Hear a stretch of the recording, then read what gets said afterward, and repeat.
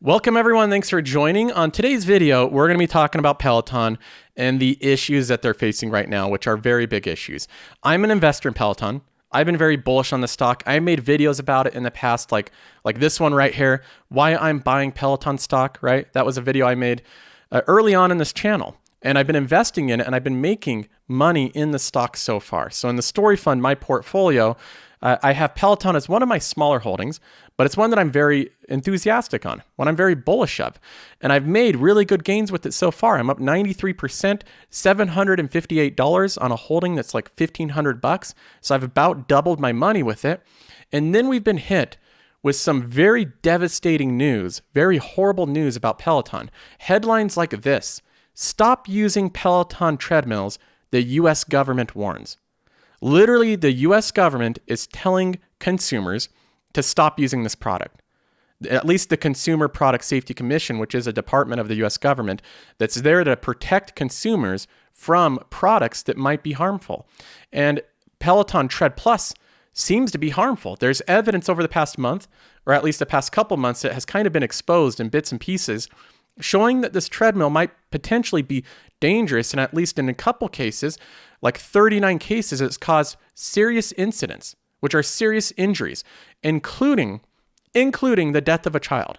So the Peloton Tread Plus has resulted in the death of a child, which is obviously the most horrific, most terrible thing that could possibly happen. So we have headlines like this going on. The US government warning people to stop using the Treadmill Plus. They're even debating right now whether or not to force Peloton to do a full recall of this product, which would be completely devastating for Peloton. The black eye it would give the company, on top of the expense of recalling all of these expensive treadmills, are kind of a luxury item.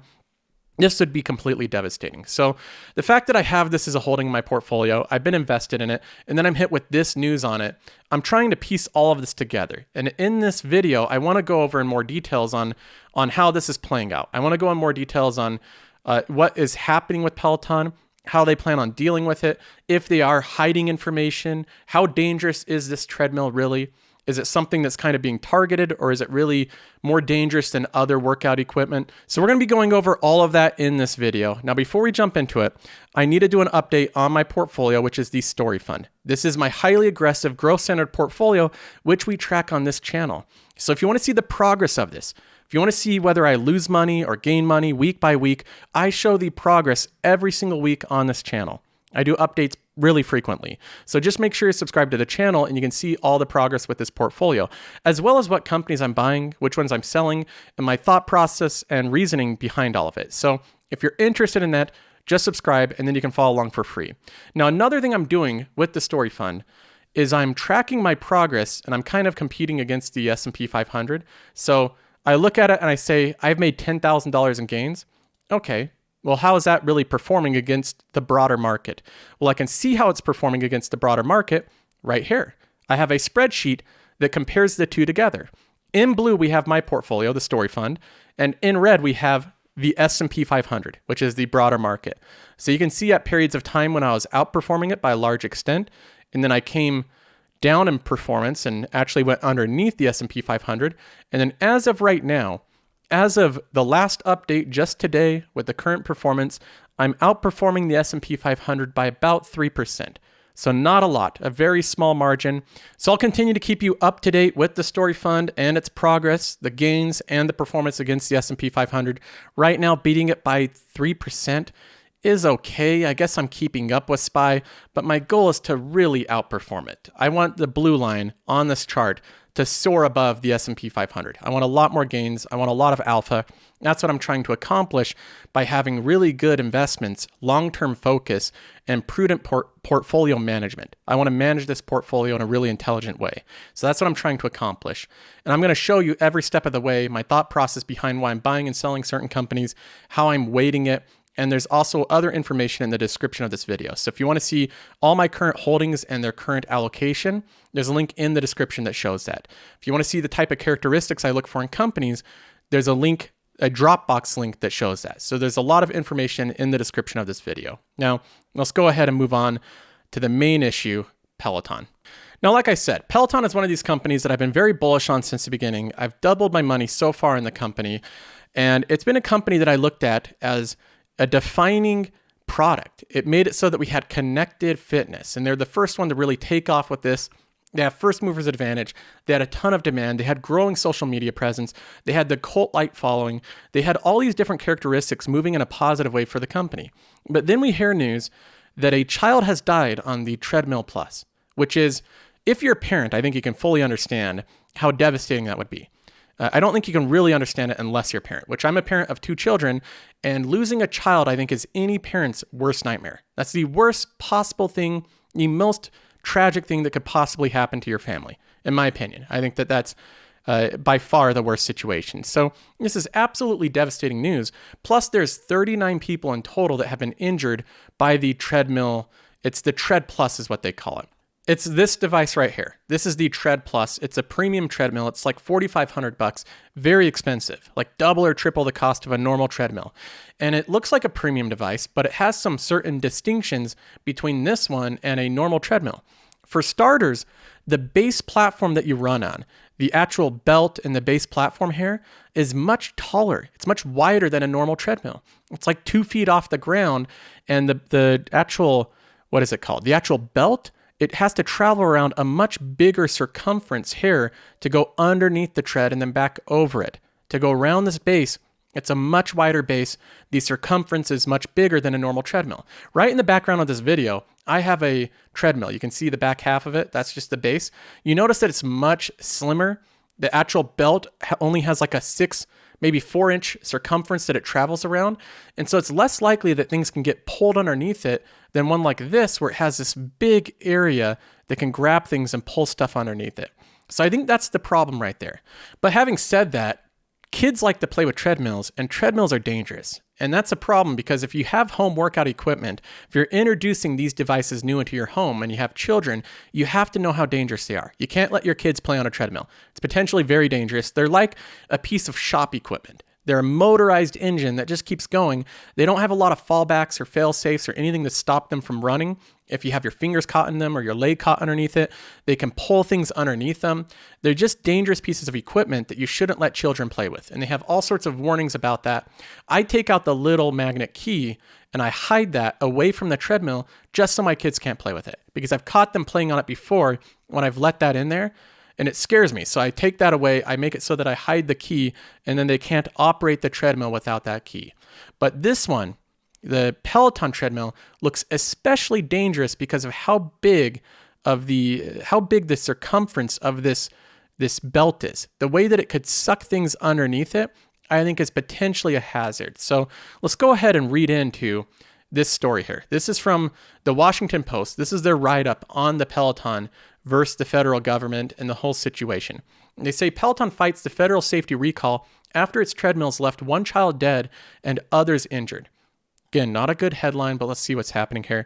This is a long article, so I'll read some highlighted portions. They start off saying, 1 month after revealing that one child died and others were injured in accidents on the Peloton treadmills, the at-home exercise company is fighting a federal safety agency's request that the company recall the products and has delayed the agency's investigation into potential safety problems. So right off the bat, we have 2 accusations brought on to Peloton. They're accusing them of doing 2 things. One is that they're fighting a request to recall the products, which we know is true. Peloton does not want to recall the products. They think that they're safe under certain conditions and that they abide by all the safety regulations. But the other one I think is more damning. In this, right off the bat, they're saying that that Peloton has delayed the agency's investigation into potential safety problems.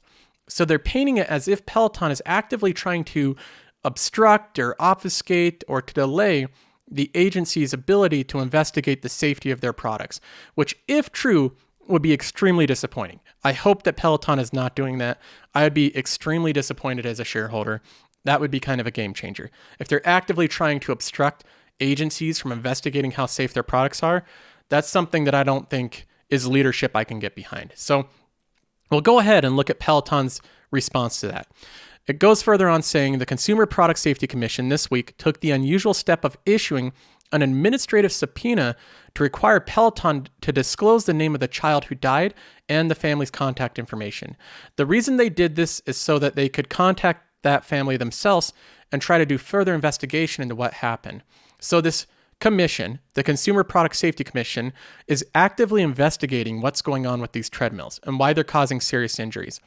They say the previously undisclosed dispute between the nation's product safety regulator and Peloton, the $34 billion company, it's been undisclosed so far, but now it's coming to light. That's basically what they're saying.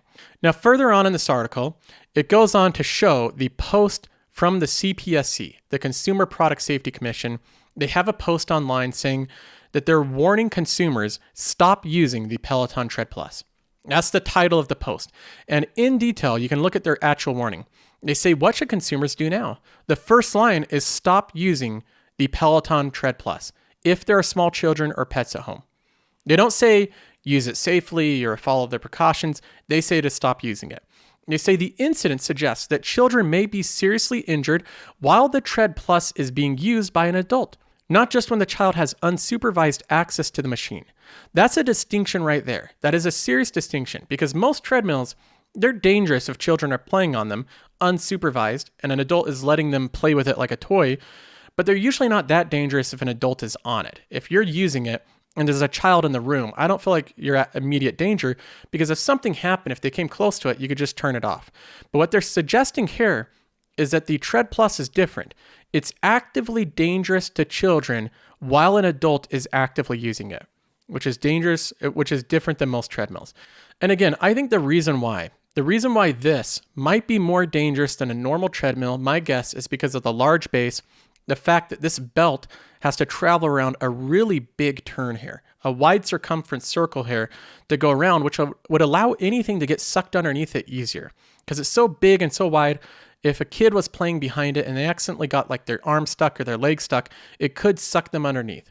And I think that's the reason why they're saying that this is potentially dangerous even while an adult's on it, which is different because an adult has time to react, but it might cause serious injury before an adult has time. So that's a difference with this warning. Now, if we read further on in this article, it says that CPSC believes the Peloton Tread Plus poses serious risk to the children for abrasions, fractures, and death.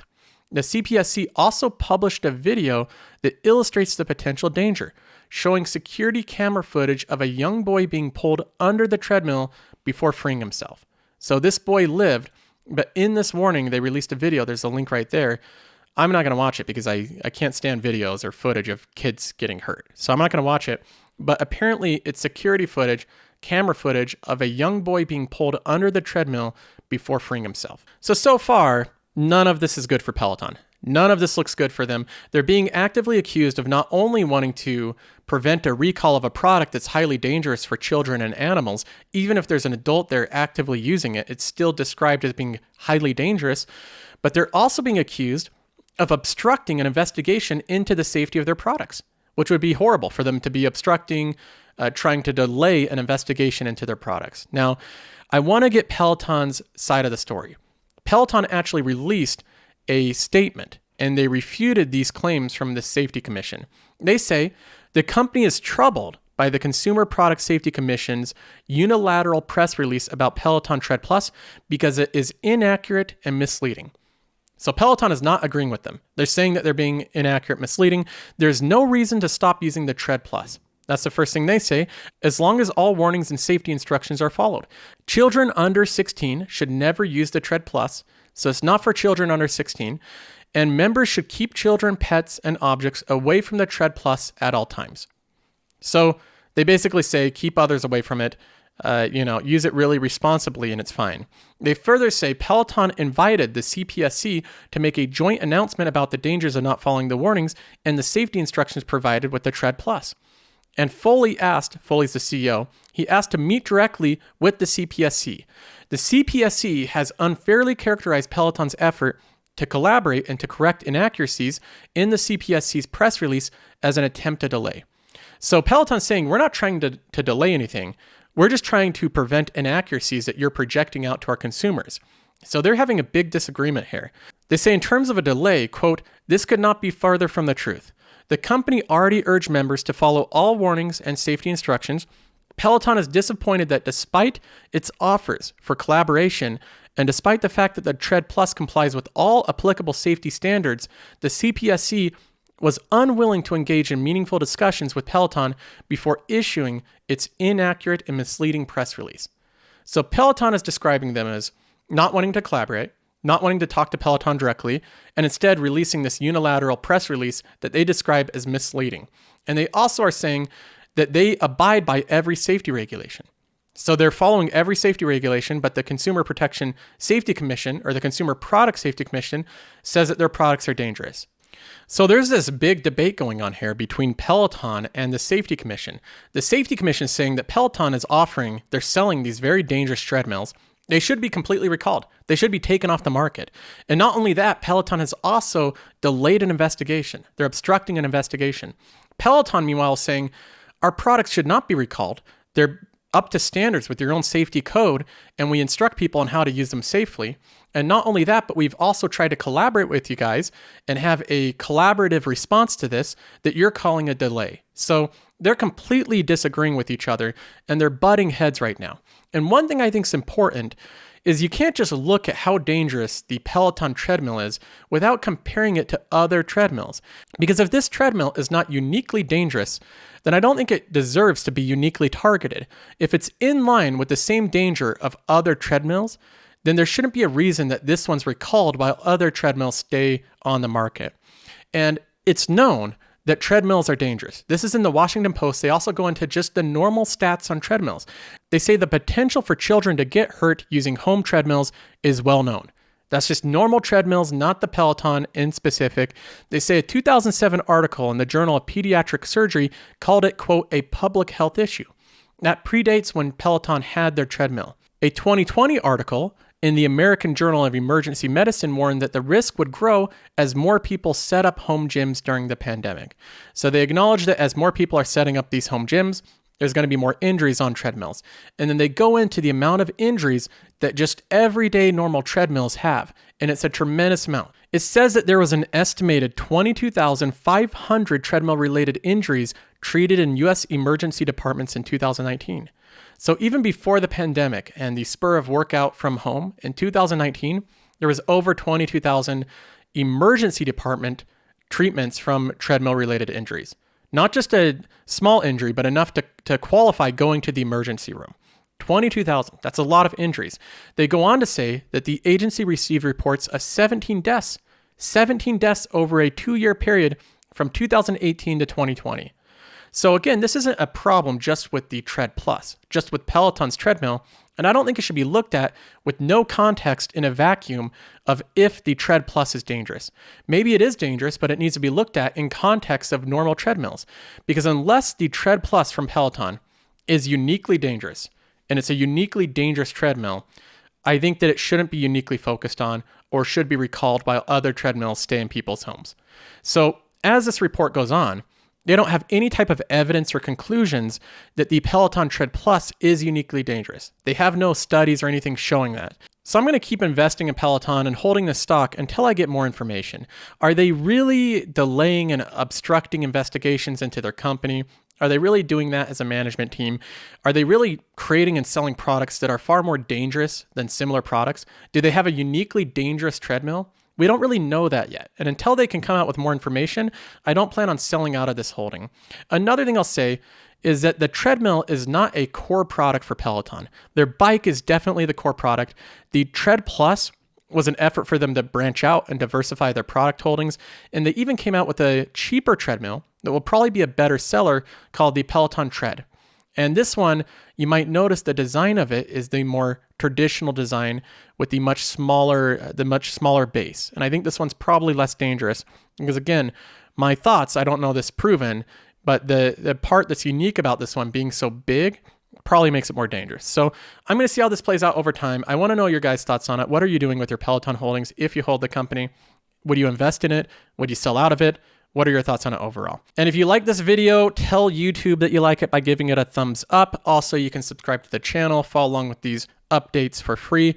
And if you want to bring your membership to the next level, you can check out the Patreon. Shout out to the many members that have joined over the past couple months. It's been insane. We've had a ton of people join, and they really seem to like all the different tools we have for investors. So if that's something you're interested in, having a Discord community and a bunch of tools to be able to use to help your investment decisions. There's a link in the description. You can try that out for free. Other than that, I'll see you guys next time.